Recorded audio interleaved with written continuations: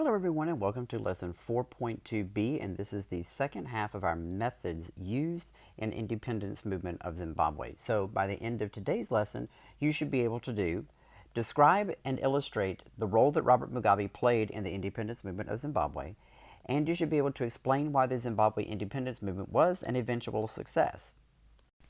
So let's take a little deeper dive into who Robert Mugabe was. So let's take a look. See, he is of Shona origin, and he was Western educated. So he actually attended a Catholic schools, and Catholic educated. And he actually was qualified to be a teacher. So I don't know what that says about our profession and going into leadership, but he was certified as a teacher. He actually had 2 law degrees. One of them was from Oxford, so he actually did attend Oxford University in the United Kingdom. So while he was away getting educated at Oxford, that's when a lot of the stuff is going to be unfolding in Zimbabwe in the 1950s and in the early 1960s.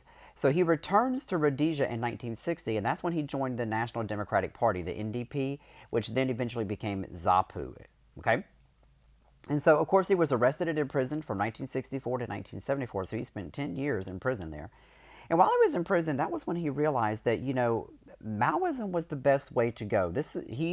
While he was in prison, he felt that, we should really take a deeper dive at the role of peasant farmers. And so that's why he sided more with Maoism, because remember, communism through China went through the peasants, and the communism through the Soviet Union went more through the urban area, like for workers and things like that. So that's the difference. And so Mugabe felt that it would be better to do it through the rural areas, through farmers. He became the ZANU leader in 1974, and that should be ZANU right there, sorry. He became the ZANU leader in 1974 after prison, so he's going to now take a control over ZANU. No one took ZANU seriously, up until, Robert Mugabe, took control over it, because ZAPU was seen as the more legitimate government and the legitimate group to actually defeat Ian Smith and his the Rhodesian government that was the white minority.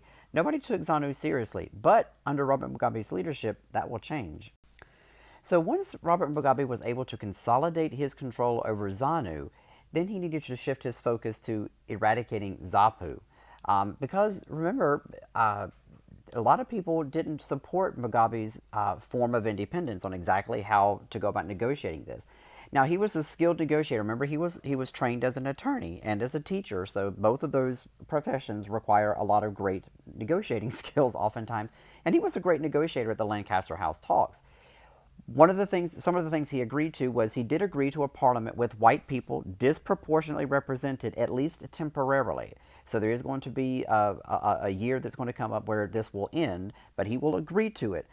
He also will agree to a 10-year moratorium on land ownership, so that meant that from 1980 to 1990 that he would not do anything that would impede white ownership of land. He would give a 10-year moratorium on that. Well, after 1980, when Zimbabwe officially becomes independent, he does become more dictatorial. There's a cult of personality that is developed around this leader, around Robert Mugabe, and it prevents him from dealing with real problems of Zimbabwe's economy. He basically surrounds himself with the people who say yes. Robert Mugabe wants yes men, and that's what he surrounds himself with. So it leads to corruption by rewarding his followers, and he doesn't really deal with the economic problems that are facing the nation, because he's not willing to reach out and talk to other people, only wanting people to tell him how great things were going. So ultimately, we have to ask the question, why was the movement ultimately a success? This slide literally gives you a rundown list. Let's just start with number 1. Support of rural farmers was crucial to the success of the guerrilla campaign. So Mugabe and Mao actually have a success rate. This is now twice. It worked in China, it worked in Zimbabwe. The unwillingness of the Ian Smith government to compromise, that actually undermined moderate black leaders. So moderate black leaders that wanted to work with the white minority, that went out the door, because there was unwillingness of the white government to even negotiate. Guerrilla fighters were too great for the Rhodesian army to contain. There were thousands of them. I mean, remember, the white minority government only allowed white people in the military, so that's going to, significantly decrease your numbers. Sanctions actually worked. So all the sanctions that were placed on Rhodesia because of their racist policies, strangling the Smith government, it worked. The contributions by the frontline states, remember we talked about those a couple of lessons ago, most notably Zambia and Mozambique, because those are the ones that house the militia groups ZIPRA and ZANLA. And then lastly, international pressure, especially from the United States and Great Britain. These are two major Western powers that really depended upon support for Rhodesia. And once that support and that pressure to conform to majority rule, it was too great for the white minority government, and it eventually collapsed, and we see an independent Zimbabwe. So this concludes lesson 4.2, and it's the last one of our methods used. So, can you describe and illustrate the role that Robert Mugabe played in the independence movement?